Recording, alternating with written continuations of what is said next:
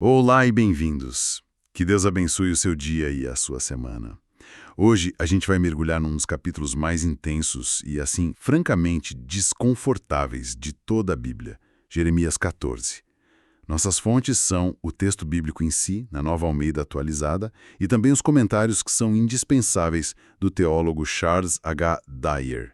E a nossa missão hoje é desvendar o que acontece quando uma nação inteira entra em colapso, sabe? E o diálogo com Deus vira quase um campo de batalha. É um drama celestial e a gente vai analisar cada parte dele, certo? Vamos direto ao ponto. O capítulo não perde tempo. Ele já nos joga de cabeça no meio do desastre.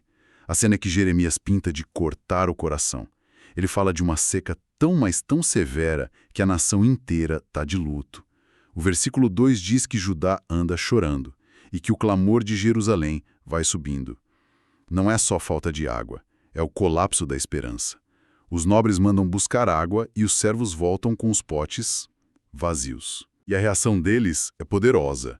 Decepcionados e confusos, cobrem a cabeça. E esse gesto de cobrir a cabeça é a primeira grande pista do que está acontecendo. Como o Jair aponta, não é só frustração, tipo, como se a gente desse um soco na mesa. É um gesto cultural profundo, de luto, de vergonha, de humilhação pública. Eles não estão só com sede, eles estão envergonhados. E isso nos leva à raiz do problema. Essa seca não é um evento climático aleatório, é teológica.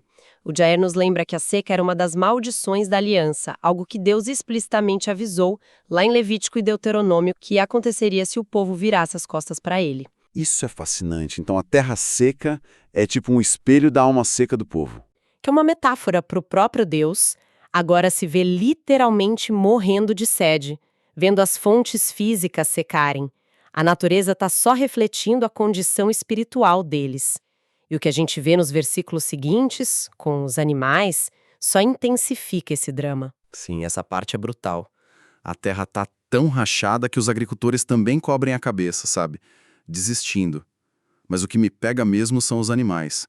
Jeremias descreve as corças, que são mães superprotetoras abandonando seus filhotes recém-nascidos por falta de pasto. A ordem natural inteira ficou de cabeça para baixo. Até os jumentos selvagens, que são o símbolo da resistência no deserto, estão parados farejando o vento em busca de uma umidade que não existe mais. A natureza está gritando que algo está muito errado. E esse grito da natureza força os humanos a finalmente fazerem alguma coisa. Com a terra rachando e os animais morrendo, seria de se esperar que o povo se voltasse para Deus, certo? E eles fazem isso nos versículos 7 a 9. Eles oram. Certo, e à primeira vista parece uma boa oração.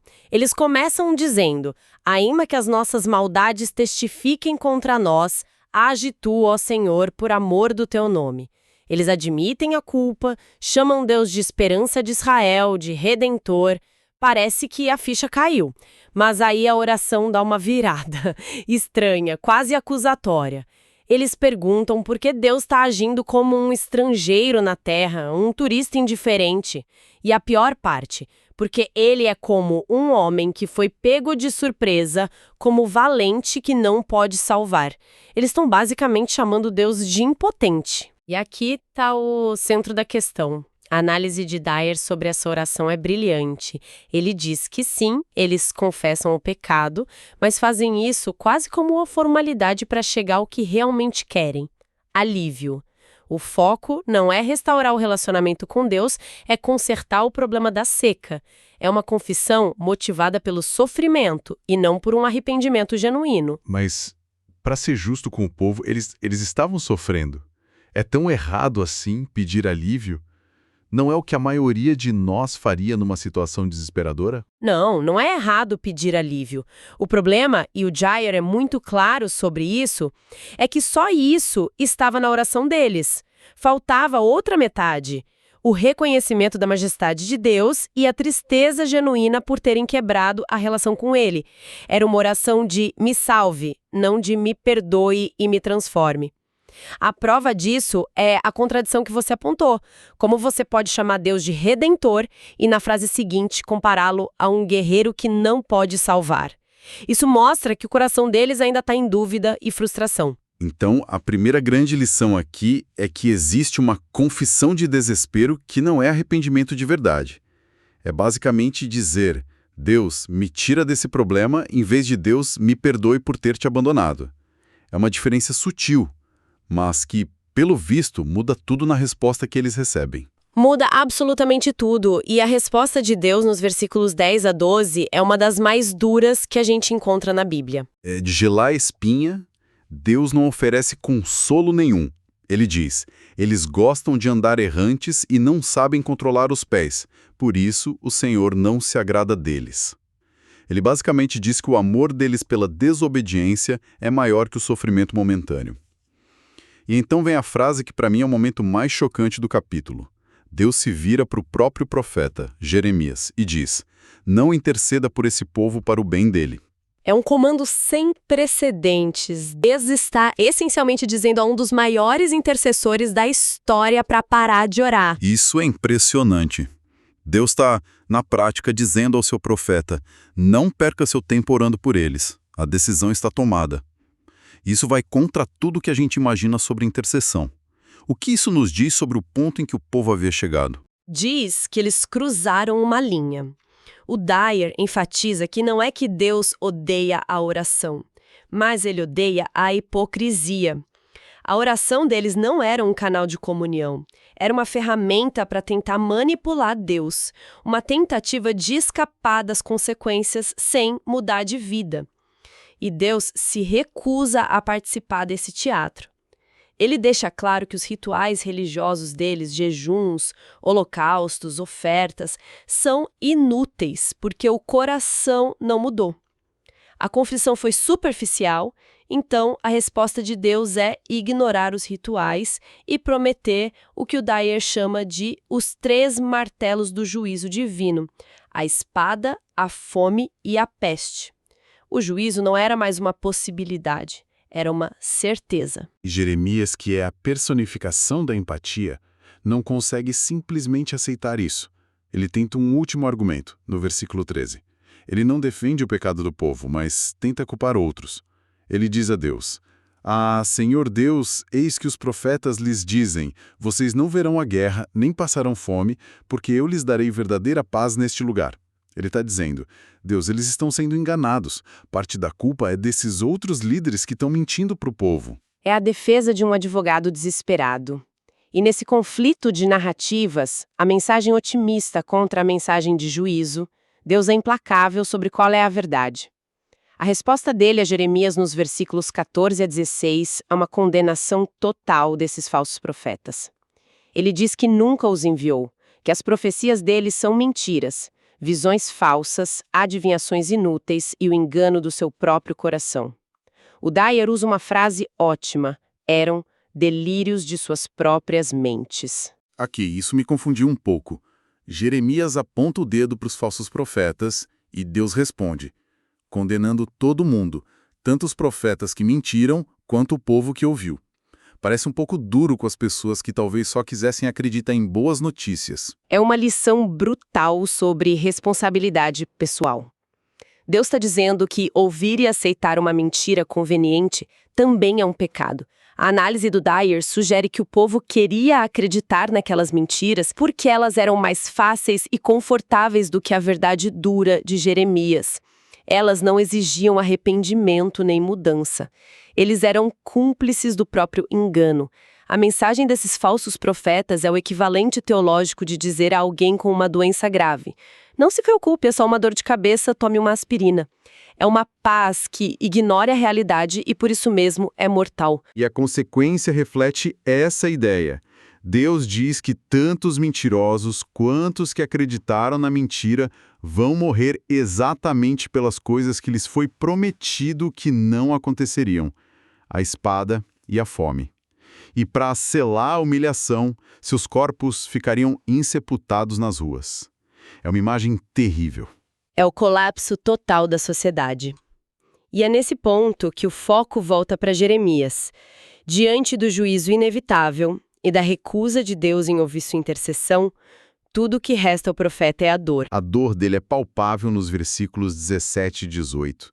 Deus manda ele dizer ao povo: que os meus olhos derramem lágrimas de noite e de dia sem cessar.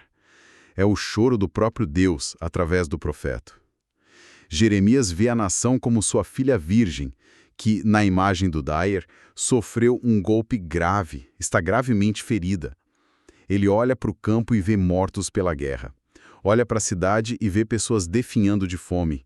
É o caos. Até os líderes, os profetas e sacerdotes que deveriam guiar, estão perambulando sem saber para onde vão. É a desintegração completa.